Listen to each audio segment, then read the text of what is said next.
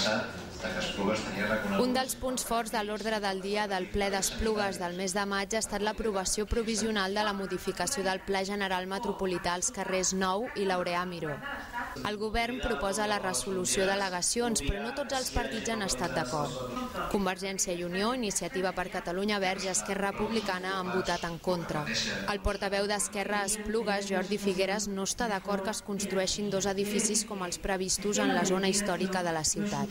Bé, les contradiccions jo crec que són de fet són amb la desestimació de les al·legacions que va presentar en el seu moment Esquerra Republicana. Amb una ens diu que el pla de conservació del casc antic que hauria de tenir fet l'Ajuntament des de fa 5 anys no s'ha fet i que per tant que era una de les nostres al·legacions que fes que no estigués fet no es pogués desenvolupar aquest planejament urbanístic en el sector aquest, i en una altra al·legació ens fa referència a l'inventari que d'alguna manera encara no està redactat.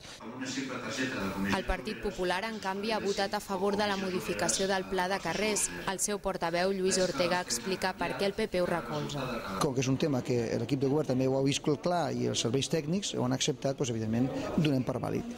Per què? Perquè també era un projecte que trobem que és un dret d'edificació d'un privat, no infringeix res, que respecta el tema de la vivenda protegida que en sortiran 14 pisos i que molta falta fan.